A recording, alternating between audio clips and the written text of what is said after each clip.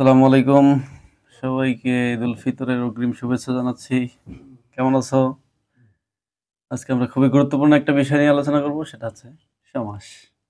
সবাই আমরা জানি যে সমাস বিভিন্ন পরীক্ষায়, সব ধরনের প্রতিযোগিতা পরীক্ষায় একটা আতঙ্কের নাম অনেকের কাছে। আজকে আমরা সমাস কি এবং এটা নির্ণয়ের সহজ কৌশল শিখব। সেজন্য আমাদের একটু বাক্য আমরা প্রথমে লিখব, সেটা হচ্ছে আমরা যদি লিখি ঘর আশ্রিত জামাই।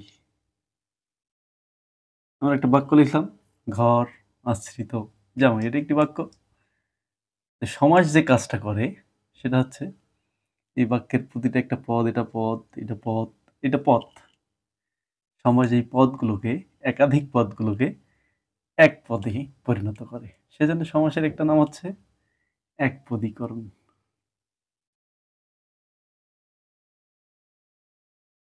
একপদীকরণ। আবার দেখা গেল ঘর আশ্রিত জামাই, এটা কি করে সমাস? এটা একটা বাক্য, এটাকে সংক্ষিপ্ত করে। এজন্য এটার আরেকটা অর্থ হচ্ছে সংক্ষেপণ।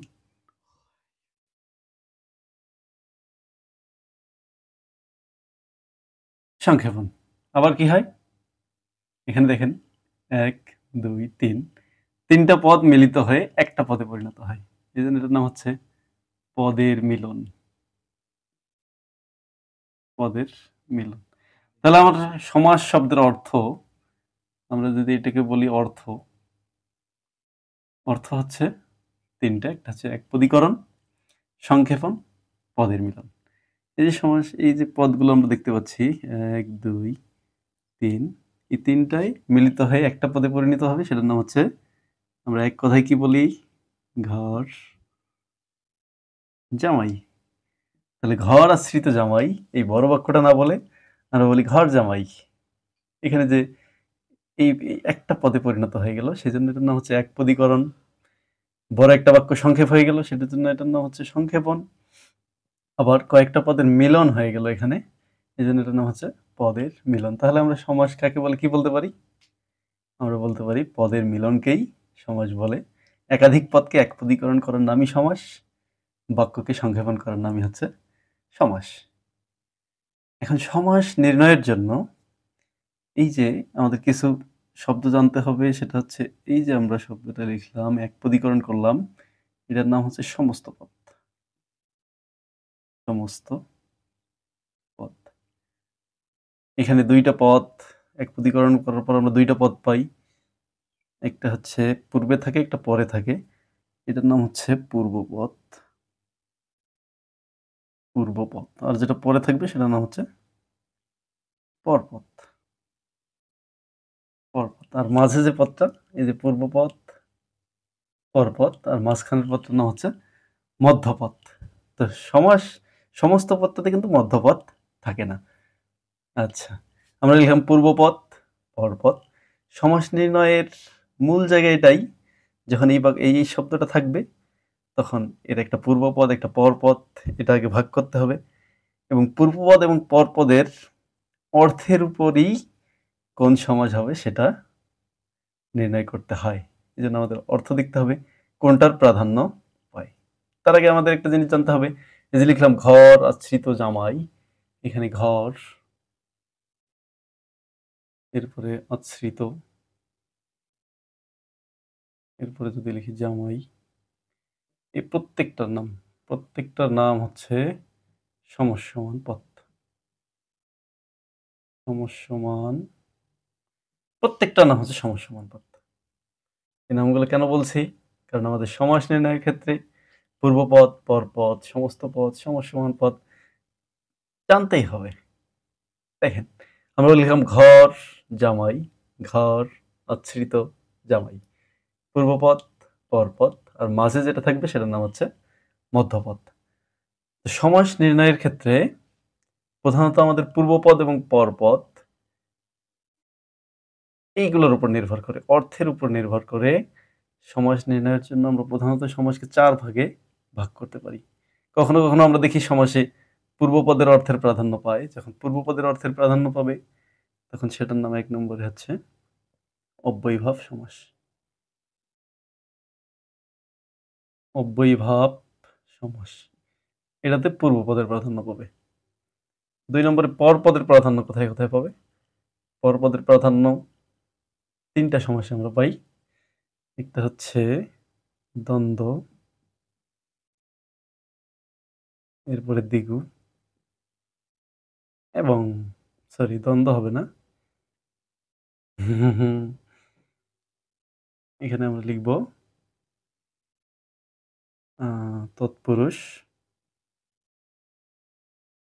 তৎপুরুষ, দ্বিগু এবং কর্মধারয় সমাস।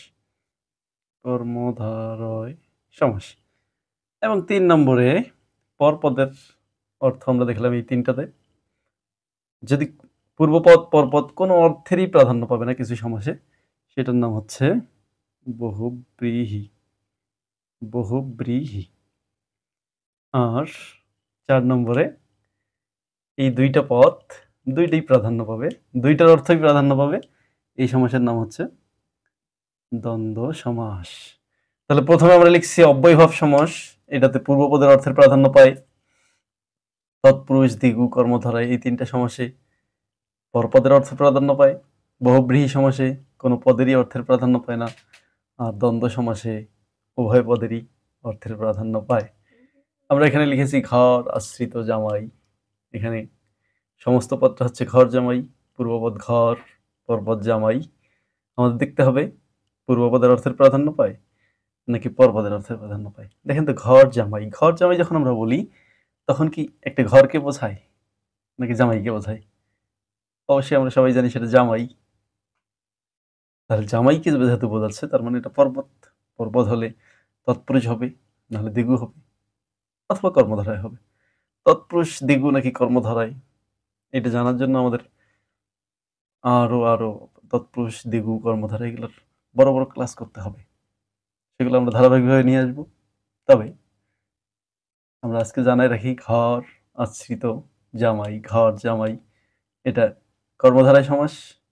এবং মধ্যপদ আছে এখানে, মধ্যপদের লোভ হয়ে যদি সমস্ত পদ হয়, সেটা নাম হচ্ছে মধ্যপদলোপী কর্মধারায় সমাস। আমরা সংক্ষিপ্ত আলোচনা করব। প্রথমে আমরা দ্বন্দ্ব দিয়ে শুরু করব। দ্বন্দ্ব সমাস কিভাবে আমরা বুঝবো? যদি আমরা লিখি মা বাবা, আমরা লিখলাম মা বাবা। দেখেন তো, এখানে একটা 2 ভাগ যদি আমরা করি, একটা হচ্ছে পূর্বপদ, এটা পরপদ। পূর্বপদ পরপদ। আমরা একটা ব্যাস বাক্য যদি করি তাহলে হবে মা ও বাবা, মা ও বাবা। এই যে ব্যাস বাক্য কোনটা, এই যে বড় বাক্যটা আমরা লিখেছি, এটার নাম হচ্ছে ব্যাস বাক্য। ব্যাস বাক্য। এটার একটা নাম আছে বিগ্রহ বাক্য। বিগ্রহ বাক্য। আর একটা নাম আছে, সেটার নাম হচ্ছে সমাস বাক্য, যেটা আমরা বলি না, অথচ এটা সবচেয়ে সহজ, কারণ সমাসের বাক্য এটা। এটা হচ্ছে সমাস বাক্য। এই যে ব্যাস বাক্যটা আছে, আমরা যদি মা বাবার ব্যাস বাক্য করি তাহলে হবে মা ও বাবা। সমস্ত পদটা হচ্ছে মা বাবা। এখানে পূর্বপদ মা, পরপদ বাবা। তো মা বাবা যদি আমরা বলি তাহলে কি শুধু মাকে বোঝায়, শুধু বাবাকে বোঝায়? না, মা বাবা বললে মাকেও বোঝায়, বাবাকেও বোঝায়। যখন 2টা পদেরই অর্থের প্রাধান্য পাবে, সেটার নাম হচ্ছে দ্বন্দ্ব। সেটার নাম কি? সেটার নাম হচ্ছে দ্বন্দ্ব। যদি আমরা দেখি যে 2টা পদের কোনোটারই কোনো প্রাধান্য নাই, কোনোটারই প্রাধান্য নাই, তৃতীয় অন্য কোনো বস্তুকে বোঝায়, তাহলে সেটার নাম হচ্ছে বহুব্রীহি সমাস। এরকম কি আমরা বলতে পারি? আমরা যদি বলি যে আমরা যদি বলি, আমরা লিখতে পারি এখানে বহুব্রীহি, আমরা লিখতে পারি বহুব্রীহি। অথবা আমরা লিখতে পারি যে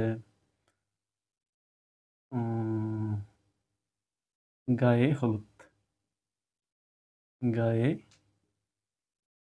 হলুদ। দেখেন, এই যে আমরা একটা শব্দ লিখলাম বহুব্রীহি, আর একটা লিখলাম গায়ে হলুদ।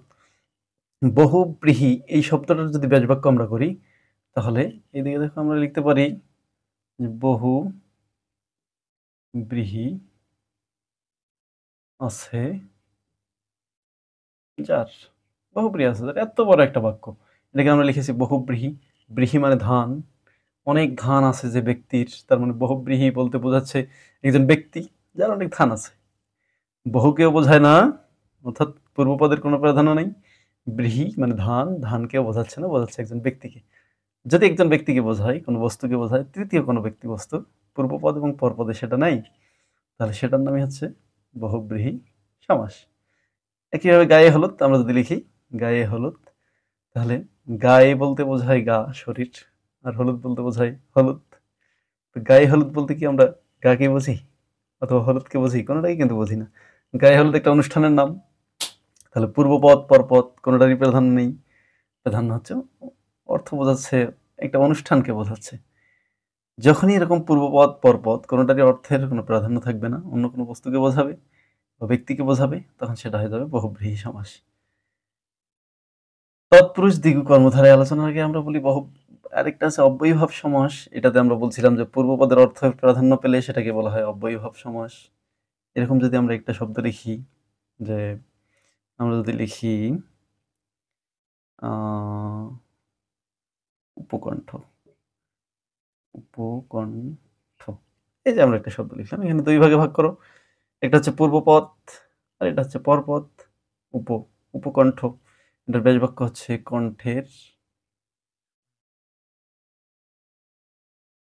কণ্ঠের সমীপে। এটা হচ্ছে সরি, এটা হচ্ছে ব্যাস বাক্য কণ্ঠের সমীপে। পূর্বপদ হচ্ছে উপ মানে হচ্ছে সমীপে, মানে কাছাকাছি, নিকটে। আর কণ্ঠ তো কণ্ঠের নিকটে। তো আমরা যখন বলবো উপকণ্ঠ, আবার যদি আমরা বলি উপকূল, কি বলি? উপকূল। উপকূল মানে কুলের কাছাকাছি, উপকণ্ঠ মানে কণ্ঠ পর্যন্ত, কণ্ঠের কাছাকাছি বলতে কণ্ঠের পর্যন্ত। আর এটা হচ্ছে কুলের, কুলের সমীপে, কুলের কাছাকাছি। উপকণ্ঠ আমরা লিখতে পারি কণ্ঠ পর্যন্ত, কণ্ঠ পর্যন্ত, অথবা কণ্ঠের সমীপে, দুইটাই লেখা যাবে। তো আমরা যখন লিখবো কণ্ঠ পর্যন্ত, তখন কিন্তু কণ্ঠকে বোঝাচ্ছে না, কিংবা পর্যন্ত বোঝাচ্ছে না। বোঝাচ্ছে না? অবশ্যই বোঝাচ্ছে। কণ্ঠকে না বুঝিয়ে বরং কণ্ঠ পর্যন্ত বোঝাচ্ছে। এই উপটা যুক্ত হওয়ার কারণে এই উপসর্গটার যে অর্থ, সেই অর্থেরই প্রাধান্য পাচ্ছে। আবার উপকূল, কুলের সমীপে, কুলের কাছাকাছি। তো কুলকে না বুঝে কুলের কাছাকাছিটাকে বোঝাচ্ছে। সুতরাং পূর্বপদে যে অর্থ থাকে, যে অর্থটা দেয়, সেই অর্থেরই প্রাধান্য পাচ্ছে। আর যখনই পূর্বপদের অর্থের প্রাধান্য পাচ্ছে, সেটার নাম হচ্ছে অব্যয়ীভাব সমাস। অন্যদিকে পরপদের প্রাধান্য পায় আমরা দেখলাম তৎপুরুষ সমাসে, দ্বিগু সমাসে এবং কর্মধারয় সমাসে। এ ধরনের এই তিনটার মধ্যে আবার অনেক পার্থক্য আছে, সেটা বিস্তার আলোচনা করতে হবে, আমরা সেই ক্লাসে যাব। তবে আমরা সংক্ষেপে দেখব একটু। তৎপুরুষ সমাস অবশ্যই পরপদের প্রাধান্য পাবে, তবে তৎপুরুষ সমাস মাথায় রাখতে হবে যে আমাদের যে বিভক্তিগুলো আছে, শব্দ বিভক্তি, সেই শব্দ বিভক্তির লোপে তৎপুরুষ সমাস হয়। অর্থাৎ দ্বিগু কিংবা কর্মধারায় কিন্তু বিভক্তির লোপে সমাস হয় না। তাহলে আমাদের পরপদ দেখতে হবে, সেই সাথে দেখতে হবে এখানে কোনো বিভক্তির লোপ হচ্ছে কিনা। যদি আমরা লিখি যে দুঃখপ্রাপ্ত, দুঃখপ্রাপ্ত, আমরা লিখলাম দুঃখপ্রাপ্ত। এই দুঃখপ্রাপ্ত মানে কি? কোন একজন ব্যক্তি যিনি দুঃখ পেয়েছেন, এটার ব্যাস বাক্য করলে হয় দুঃখকে প্রাপ্ত। এটার ব্যাস বাক্য করলে হয় দুঃখকে প্রাপ্ত। দুঃখকে প্রাপ্ত এই বাক্যের শুধু কেটা লোপ পেয়েছে, মানে কেটা উঠে গেছে, এখানে আছে দুঃখপ্রাপ্ত। এরকম যেখানেই কে, রে, এ, অ, তে, দ্বারা, দি, কর্তৃক, আমরা বিভক্তি, শব্দ বিভক্তিগুলো জানি, সেগুলো তুলে দিয়ে যে সমাসটা হবে, অর্থাৎ যে সমস্ত পদটা হবে, এই সমস্ত পদটা পরীক্ষা দেখার সাথে সাথে বলতে হবে যেটা এটা তৎপুরুষ সমাস। তাহলে বিভক্তির লোপে যদি সমাস হয় এবং পরপদের অর্থের প্রাধান্য পায়, সেটার নাম হচ্ছে তৎপুরুষ সমাস। আর দ্বিগু খুবই সহজ। দ্বিগুতে আমরা দেখব পরপদের অবশ্যই প্রাধান্য থাকবে, সেই সাথে পূর্ব যে পদটা আছে এটা সংখ্যাবাচক হবে। কি হবে? সংখ্যাবাচক। তাহলে আমরা যদি লিখি যে নবরত্ন, নবরত্ন, এখানে নব মানে হচ্ছে নয়, রত্ন হচ্ছে রত্ন। আমরা যদি আরো লিখি আমরা যদি লিখি পাঁচ মাথা, পাঁচ পাঁচ মাথা, পাঁচ মাথা। পূর্বপদটা হবে সংখ্যাবাচক এবং পরপদের অর্থের প্রাধান্য পাবে। নবরত্ন বলতে ৯ জন রত্নকে বোঝাচ্ছে। পাঁচ মাথা বলতে ৫টা মাথা, রাস্তার মাথা। তো রাস্তা কিন্তু মাথাটাকেই বোঝাচ্ছে, ৫ কে বোঝাচ্ছে না। এখানে নবরত্ন ৯ কে বোঝাচ্ছে না, বরং ৯ জন রত্নদের বোঝাচ্ছে। সুতরাং পূর্বপদের অর্থের এখানে প্রাধান্য পাচ্ছে না, প্রাধান্য পাচ্ছে পরপদের। কিন্তু দ্বিগু সমাসে বলা হচ্ছে পরপদের অর্থের প্রাধান্য পাবে, তবে পূর্বপদটা হবে সংখ্যাবাচক, তাহলেই সেটা হবে দ্বিগু। আর কর্মধারয় সমাসটা আমাদের দেখতে হবে যে দ্বিগু যেটা নয়, তৎপুরুষ নয়, অর্থাৎ বিভক্তির লোপে যে সমাসটা হচ্ছে না এবং পূর্বপদ সংখ্যাবাচক হচ্ছে না, সেটাই কর্মধারয় সমাস। শুধু এইটুক বৈশিষ্ট্য না, কর্মধারয় সমাসের অনেক বৈশিষ্ট্য আমাদের জানতে হবে যে কিভাবে কর্মধারায় চিনব। কর্মধারয় সমাসের তুলনা বোঝালে এবং পরপদের অর্থের প্রাধান্য পেলে সেটাকে কর্মধারয় সমাস বলে। যদি যে, সে, যারা, তারা, যিনি, তিনি অথবা যে এই এই এই সর্বনামগুলো ব্যবহার হয় তাহলে সেটার নাম হচ্ছে কর্মধারয় সমাস। ব্যাস বাক্যে যদি ব্যাস বাক্যে ব্যবহার করতে হয় সেটার নাম কর্মধারয় সমাস। আমরা জানি কর্মধারয় সমাস খুবই জটিল, এটা নিয়ে আলাদা একটা ক্লাস করব আমরা। এখানেই আছে উপমান কর্মধারায়, উপমিত কর্মধারায়, রূপক কর্মধারায়।